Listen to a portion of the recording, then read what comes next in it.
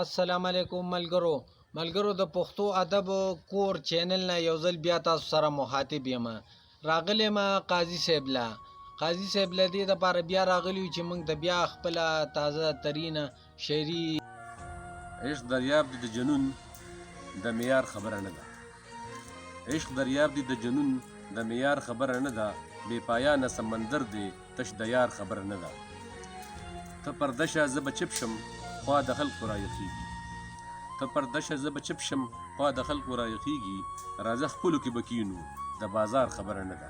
ډېره لا ډېره دا چې زه مو دا چې وینې مو بهیږي دا بچي چې مو قتلیږي.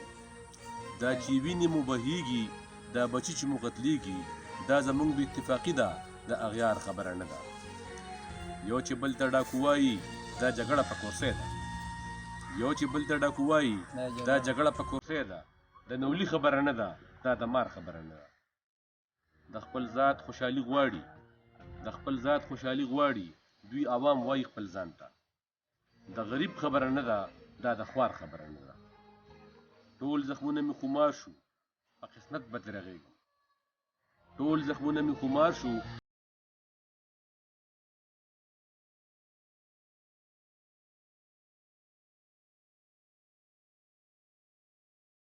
جنازه د ثقافت ته.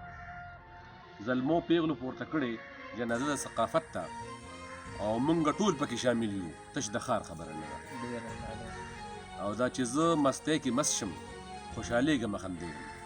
دا چې زه مستی کې مست شم خوشحالېږم خندېږم. دا مستی زما د ذات ده د خمار خبره نه ده. او دا چې ګډې وډې وایي د یو بل ګریبان کې لاس دی. دا چې ګډې وډې وایي د یو بل ګریبان کې لاس دی. قاضي دا قصه د بنګ ده د چینار خبره نه ده. ډېره لا ډېر ښه تاسو خو د قاضي صاحب نه خوندور کلام واورېدو. خو د قاضي صاحب نه موږ دا تپوس کوو چې تاسو ته به آینده وړاندې وخت کې تاسو ته څه قسمه شاعري پیش کړئ. نو قاضي صاحب تاسو د زموږ مینوالو ته ووایئ چې تاسو به په راروان وخت کې موږ ته د څه موضوع باندې داسې قسمه شاعري د مینوالو تپوس کوئ.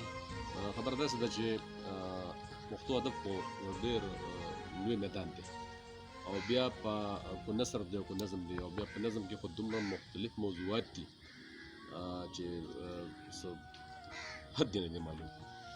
خو موږ به کوشش به موږ دا کوو چې موږ تاسو ته په دې کې د ژوند په هر اړخ باندې خبرې پیش کړو.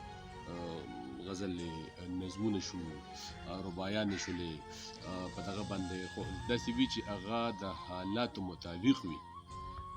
څه پکې داسې مخکیني دغه هم شته شاعري خو داسې شاعري خاص کر چې هغه په دې موجودي حالاتو باندې که هغه زموږ معاشي حالات دي که زموږ معاشرتي حالات دي که هغه زموږ سیاسي حالات دي تنازع به نه جوړوو خو داسې شاعري به کوو چې هغې باندې موږ په دې ځکه چې دغه د شاعرۍ مطلب عمده دی چې ته د دې معاشرې د دې خپلې ژبې هر اړخ د خلکو په وړاندې کښېږدي او فیصله بیا دا د عوامو کار ده چې یا د هغوی د ویشرا او دغه د تجزیې چې دې سړي کومه کړې ده یا دا کوم څیز چې موږ ته پیش کړو آیا دا حقیقت دی او که نه دا دروغ دی. نو زموږ به دا کوشش وي چې موږ دا څیز په دغه لاین باندې مخکې بوځو او تنازع به نه جوړو.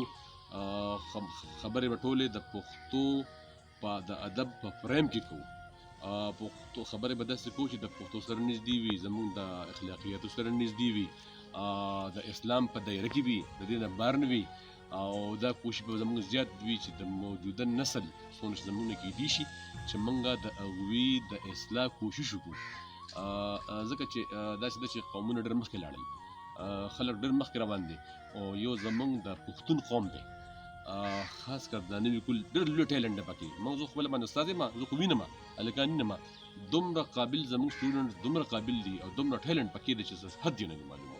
خو افسوس چې هغوی ډېر داسې دي چې هغوی په نیګیټیو اړخ باندې روان دي منفي اړخونو باندې روان دي او هغوی د خپلو صلاحیتونو سره خبر نه دي چې یاره دا موږ کې دا ټیلنټ شته.